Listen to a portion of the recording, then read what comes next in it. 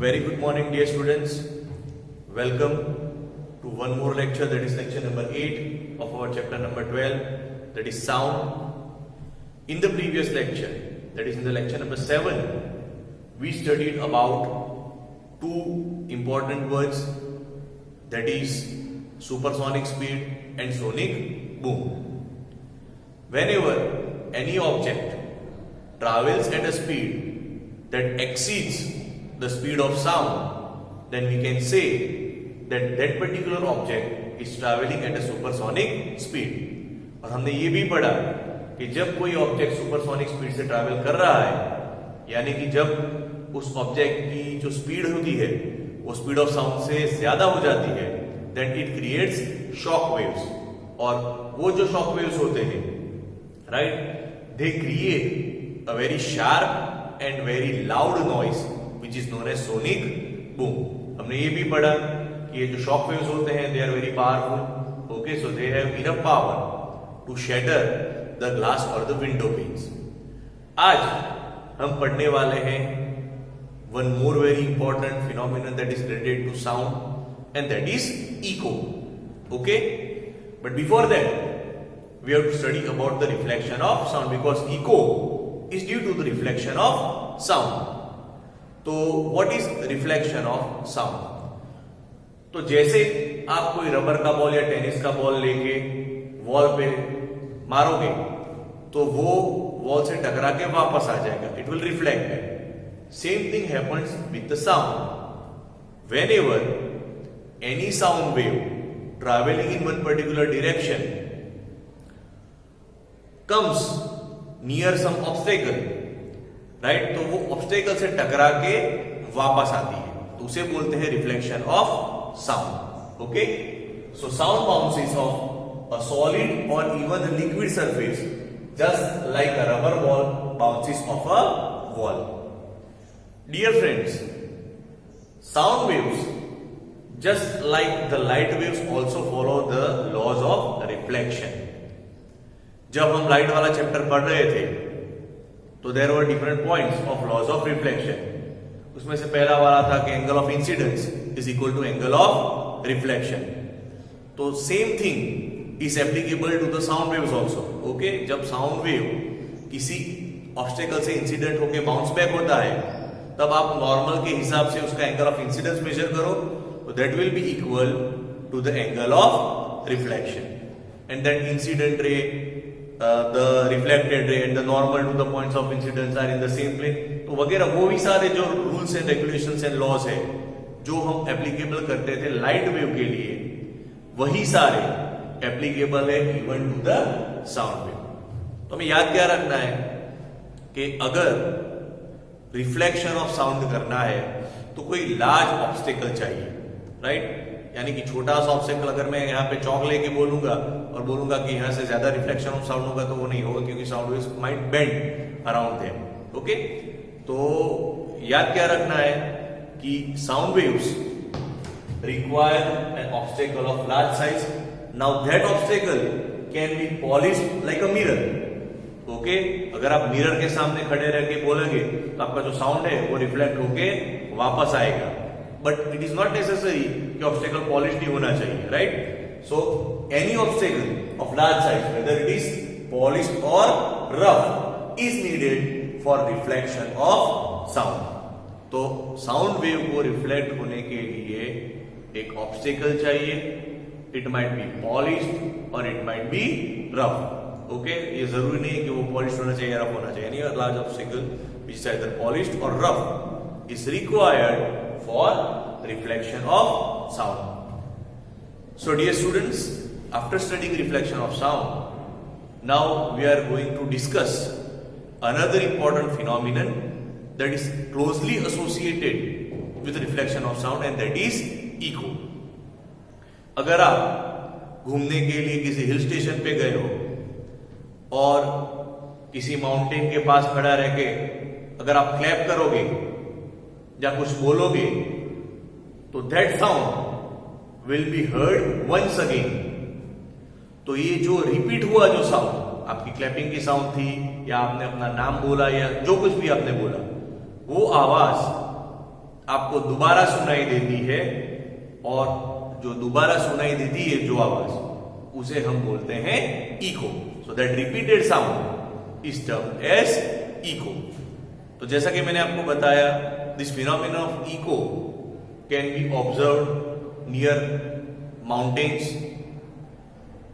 If you are standing in front of tall building, right, then also you might be able to hear the sound again and again. That is, you might be able to hear the echo. Okay? आपने देखा होगा कि अगर under construction कोई जगह होती है और बड़ा सा क्लासरूम या बड़ा सा हॉल होता है जो एम्प्टी होता है, वहां पे भी अगर आप कुछ बोलोगे तो आपने जो बोला वो आपको बार बार सुनाई देगा, अगेन सुनाई देगा. तो वहां पे भी इको पॉसिबल होते हैं. So there are various places. तो सबसे पहले इको क्या होता है कि when you are standing near some tall obstacle, let us say like a tall building, a mountain, or even in a large hall, you are able to hear the sound again. Okay, तो that phenomenon is known as echo. जो sound हमने फिर से सुना उसको eco बोलते हैं. ये जगह है जहां पे हमको इको सुनाई देता है. Now there are certain conditions for the echo to be heard. Okay? हर जगह पे इको सुनाई नहीं देगा. यानी कि यहाँ पे अगर मैं क्लासरूम में खड़ा रह के अगर आपको ये लेक्चर रिकॉर्ड करके सुनाई दे रहा हूं, तो उसका मतलब यहाँ पे इको नहीं हो रहा है. क्यों? क्योंकि in this classroom, okay, there are many different obstacles, okay, which will absorb the sound. अगर एम्प्टी सा रूम होता और हॉल बड़ा होता तो रिकॉर्डिंग क्लियर नहीं होती. क्यों? क्योंकि जो साउंड है वो बार बार सुनाई देती, तो that would create a disturbance. Okay, उसके बारे में हम बाद में डिस्कस करेंगे. तो what are the conditions for the echo to be heard? तो सबसे पहले जो बहुत इंपॉर्टेंट फिनोमिनन है उसको हमें समझना पड़ेगा, द सेंसेशन ऑफ साउंड. यानी कि हमने जो कोई आवाज सुनी उसकी इमेज हमारी ब्रेन में रहती है. For what time? The sensation of sound persists or remains in our brain for 0.1 second. तो अगर ओरिजिनल साउंड और रिफ्लेक्टेड साउंड, इन दोनों के बीच का जो टाइम इंटरवल है वो अगर 0.1 सेकंड से कम हुआ, तो हमारी ब्रेन क्या इंटरप्रेट करेगी? That it has heard the sound only once. तो उसका मतलब क्या हुआ कि साउंड अगर रिफ्लेक्ट होके आया तो भी हमें सुनाई एक ही बार हुआ. तो एक ही बार अगर सुनाई दिया तो इको पॉसिबल ही नहीं होता for a distinct echo. Okay, the incident sound has to be heard more than once, तभी इको होता है. तो अगर मैं यहां पे बोल रहा हूं तो यहां पे भी वॉल्स वगैरह है, राइट, बट यहां पे भी रिफ्लेक्शन ऑफ साउंड तो होगा. लेकिन होता क्या है कि ये जो मेरा ओरिजिनल साउंड है और जो रिफ्लेक्टेड साउंड है, उन दोनों के बीच का जो टाइम इंटरवल है that is less than 0.1 second. तो लेस देन 0.1 सेकेंड की वजह से क्या होता है कि ये जो साउंड होता है वो एक दूसरे पे सुपर इम्पोज हो जाते हैं. तो ऑल्दो साउंड सुनाई दो बार दिया, लेकिन जो इंसिडेंट साउंड था और जो रिफ्लेक्टेड साउंड था, उन दोनों के बीच का जो टाइम इंटरवल था that was less than 0.1 second. तो उसका मतलब ब्रेन ने क्या इंटरप्रेट किया कि हाँ, मैंने आवाज सुनी, लेकिन कितने बार सुनी? Only once. So echo won't be heard. तो उससे क्लियर हो गया कि अगर मुझे डिस्टिंक्ट इको लिसन करना है, अगर सुनना है, तो जो इंसिडेंट साउंड है, तो ओरिजिनल साउंड है, और रिफ्लेक्टेड साउंड है, उन दोनों के बीच का टाइम मिनिमम 0.1 सेकंड होना चाहिए. अगर वो टाइम 0.1 सेकंड से कम होगा तो ब्रेन उसे इंटरप्रेट करेगी just as a one sound. क्यों? क्योंकि जो ओरिजिनली हमने जो सुना है उसकी इमेज हमारे ब्रेन में रहती है अप टू 0.1 सेकंड. तो मैंने कोई आवाज सुनी, दैट इज ओरिजिनल साउंड, उसकी इमेज मेरे दिमाग में है कितना टाइम तक? 0.1 सेकंड. अब वो 0.1 सेकंड खत्म होने के पहले अगर वो साउंड रिफ्लेक्ट होकर वापस आएगी तो ऑलरेडी मेरे ब्रेन में तो उस साउंड की इमेज है ही. तो मुझे क्या लगेगा कि मैंने वो साउंड एक बार सुना. और अगर आपकी ब्रेन ऐसे परसीव करिए कि साउंड एक ही बार सुना, तो इको का कोई क्वेश्चन ही नहीं होता. Because for hearing a distinct echo that should be the original sound and reflected sound should be heard twice, not once. Okay, तो सबसे पहली हमें कंडीशन मिल गई. क्या कंडीशन मिल गई? कि जो हमारा जो ओरिजिनल साउंड है और जो रिफ्लेक्ट होके वापस आता है साउंड, उन दोनों के बीच का टाइम इंटरवल मिनिमम 0.1 सेकंड होना चाहिए। 0.1 सेकंड से ज्यादा होगा थोड़ा तो no problem, but it should not be less than 0.1 second. तो उससे रिलेटेड हमें ये पता ना लगाना पड़ेगा कि भाई ऑब्स्टेकल कितने दूर होना चाहिए, तो जो रिफ्लेक्टेड साउंड है वो वापस आने में 0.1 सेकंड से ज्यादा टाइम लगाएगा। तो dear friends, according to the calculations at standard state, okay, अगर टेम्परेचर अलग अलग हुआ तो वो थोड़े वेरिएशन होगा, but under the standard state the speed of sound is considered to be 344 metre per second. तो जो इंटरप्रिटेशन है जो हमारी ब्रेन में वो 0.1 सेकंड रहता है। उसका मतलब क्या होता है कि साउंड को जाके वापस आने के लिए मिनिमम 34.4 मीटर डिस्टेंस ट्रैवल करना चाहिए। अगर वो डिस्टेंस 34.4 मीटर है तो उसे जाके वापस आने में मिनिमम टाइम लगेगा कितना, 0.1 सेकंड। तो हमारी पहली कंडीशन ही यही है कि अगर मुझे डिस्टिंक्ट इको हियर करना है तो जो ओरिजिनल साउंड और रिफ्लेक्टेड साउंड उन दोनों के बीच का जो टाइम इंटरवल है that should be minimum 0.1 second. So as I said, the sensation of sound persist in our brain for 0.1 second. So the first condition here, to hear distinct echo, the time interval between the original sound and the reflected sound must be at least 0.1 second. Okay? जैसा कि मैंने आपको बताया कि sound को minimum 34.4 metre अगर वो distance travel करता है ओरिजिनल साउंड, और वापस आने में उसको अगर 34.4 मीटर डिस्टेंस ट्रैवल करता है तो उसे टाइम लगेगा 0.1 सेकंड। तो हमारे लिए कंडीशन वही है ना। तो ये जाके वापस आने में टोटल डिस्टेंस है ये कितना, 34.4, तो हाफ डिस्टेंस उसका करोगे तो कितना होगा, 17.2। यानी कि दूसरी कंडीशन हमें मिली यहां पे कि ये जो सोर्स ऑफ साउंड है और ये जो हमारा ऑब्स्टेकल है उन दोनों के बीच का मिनिमम डिस्टेंस 17.2 मीटर होना चाहिए। तो अगर 17.2 मीटर है तो ये ओरिजिनल साउंड है, यहां से यहां तक गया तो उसने डिस्टेंस ट्रैवल कितना किया, 17.2, फिर वापस आया, राइट। अगर मुझे इको हियर करना है तो I am the source of sound, तो मैं अगर यहां से बोलूंगा और अगर ऑब्स्टेकल होगा एट डिस्टेंस ऑफ 17.2 मीटर तो ये जो मेरी आवाज है वो 17.2 मीटर यहां से यहां ट्रैवल करेगी और रिफ्लेक्ट होके वापस उसी पाथ पे आएगी। तो again 17.2 plus 17.2 that is 34.4।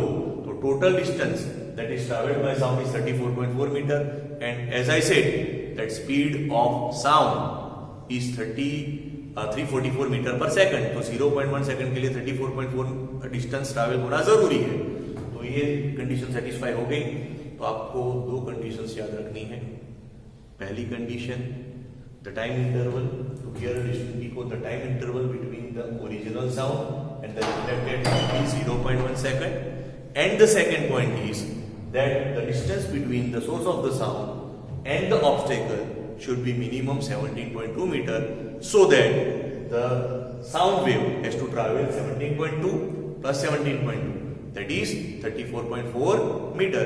As a result, you will be able to hear the echoes distinctly. Okay? Dear friends, कई बार हमने ये भी सुना है कि एक आवाज मल्टीपल टाइम सुनाई देती है, not only one times, more than once. Okay? तो वो क्यों होता है? So echoes might be heard more than once due to multiple reflection of sound. एक बार जाके आई वापस दूसरी बार आई तो that might be heard 2-3 times, right? Just like a rolling thunder. Monsoon season में जब हैवी रेन्स हो रहे होते हैं, राइट, तो बिजली अगर एक बार कड़कती है लेकिन उसकी आवाज हमको 2-3 बार सुनाई देती है। तो ऐसा क्यों होता है? बिकॉज जो थंडर की वजह से जो साउंड क्रिएट हुआ it gets reflected multiple times at different clouds, right? इस क्लाउड से जाके टकराएगी, दूसरे क्लाउड से जाके टकराएगी, यानी उसका मतलब क्या होता है कि उसका रिफ्लेक्शन मल्टीपल टाइम्स होगा। तो थंडर हुआ एक बार लेकिन उसकी आवाज हमको सुनाई दी 3-4 बार, उसे हम बोलते हैं rolling thunder. Similarly if you are standing somewhere in between 2 mountains, आपकी इस तरफ भी माउंटेन है दूसरी तरफ भी माउंटेन है, और अगर आप अपना नाम एक बार पुकारोगे तो you will be able to hear your name 2-3 times. क्यों? क्योंकि जो मेरा ओरिजिनल साउंड है वो जाके यहाँ पे टकराया, यहां से वापस आया, मुझे एक बार इको सुनाई दी, फिर दूसरी बार भी हिल है, उस तरफ जाके भी टकरा के वापस आएगी, तो you will be able to hear your name more than once. So again that echoes that you are able to hear more than once is due to multiple reflection of sound. So I hope you got this concept very very well. We'll discuss more topics after this.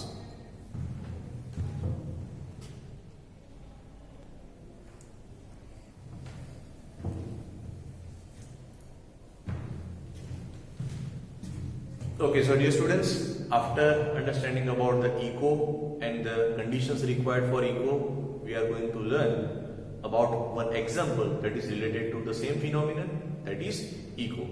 लेकिन once again जो हमने अब तक पढ़ा वो बहुत ही important है. The definition of echo, what is the meaning of echo, कहाँ पे echo सुनाई देता है, and what are the conditions to be heard for echo. Okay, तो उसको मैंने थोड़ा डिटेल में समझाया, but for the answer point of view, there are the two conditions.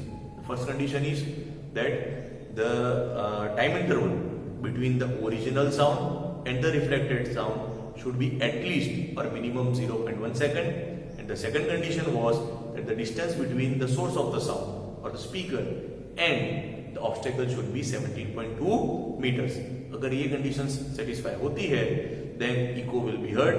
If these conditions are not satisfied, echoes won't be heard. Okay? वो जो distance है, वो distance हमने calculate किया है taking in mind that the speed of sound is 344 meter per second, but that speed might vary with the change in temperature. Previous lectures में हमने पढ़ा था जो speed of sound है वो different factors पे depend करती है, like वो किस medium में travel कर रही है. उसमें एक और भी point था कि it also depends upon the temperature. जैसे जैसे temperature increase होता है वैसे वैसे speed of sound भी increase होती है. वो जो डिस्टेंस है 17.2 metre, the distance might change if the temperature changes. Okay, तो वो हमने जो 17.2 मीटर वाली जो कंडीशन थी, that was keeping in mind that speed of sound is 344 metre per second, but if the temperature of the medium, that is the air in which the sound is travelling, if that changes then that distance will also change. अब ये सब तो बहुत ही simple है. सबसे पहले क्या question दिया हुआ है, a person clapped his hands near a cliff and heard an echo after 2 seconds. तो कोई बंदा है वो क्लिफ या किसी माउंटेन की आजू बाजू खड़ा है, वो क्लैप कर रहा है और उसे अपनी जो क्लैप की आवाज है वो वापस सुनाई देती है in the form of echo. In what time interval? 2 second. तो इस डेटा का यूज करके हमें क्या फाइंड करना है, what is the distance of Cliff from the person given that the speed of the sound is taken as 346 meter per second. Now here the speed is different, that is 346 meter per second. Okay, तो चलिए speed which is v, उसकी value है 346 metre per second. वो जो time interval है, time t, वो हमें दिया है 2 सेकंड्स. ओके, हमें फाइंड करना है क्या, डिस्टेंस. ओके, अभी हमारे पास फॉर्मूला है speed is equal to distance upon time. लेकिन यहां पे हमें जरूरत किसकी है, डिस्टेंस की. तो obviously now distance will be equal to, जब हम क्रॉस मल्टीप्लाई करेंगे तो that is speed into time. यहां पे जो हमारी जो स्पीड है that is represented by v, time is represented as t. This is v into t. So distance is 346 into 2 metre. अगर आपको इसको मल्टीप्लाई करना है तो कर सकते हैं, ठीक है. नहीं करना है तो भी कोई बात नहीं, क्यों वो मैं आपको बता रहा हूं. ये है सोर्स ऑफ साउंड, ये है ऑब्स्टेकल. ओके, 2 सेकंड टाइम होने के लिए ये जो साउंड है उसने कितना डिस्टेंस ट्रैवल किया, it travel total distance of 346 metre into 2, 346 into 2. लेकिन अगर मुझे डिस्टेंस फाइंड करना है between the source and the obstacle, तो मुझे उस डिस्टेंस को डिवाइड करना पड़ेगा बाय 2. समझ में आ रहा है? Again the distance travelled by the sound wave वो कितना है, 346 इंटू 2, इतना डिस्टेंस साउंड वेव ने ट्रैवल किया, ठीक है।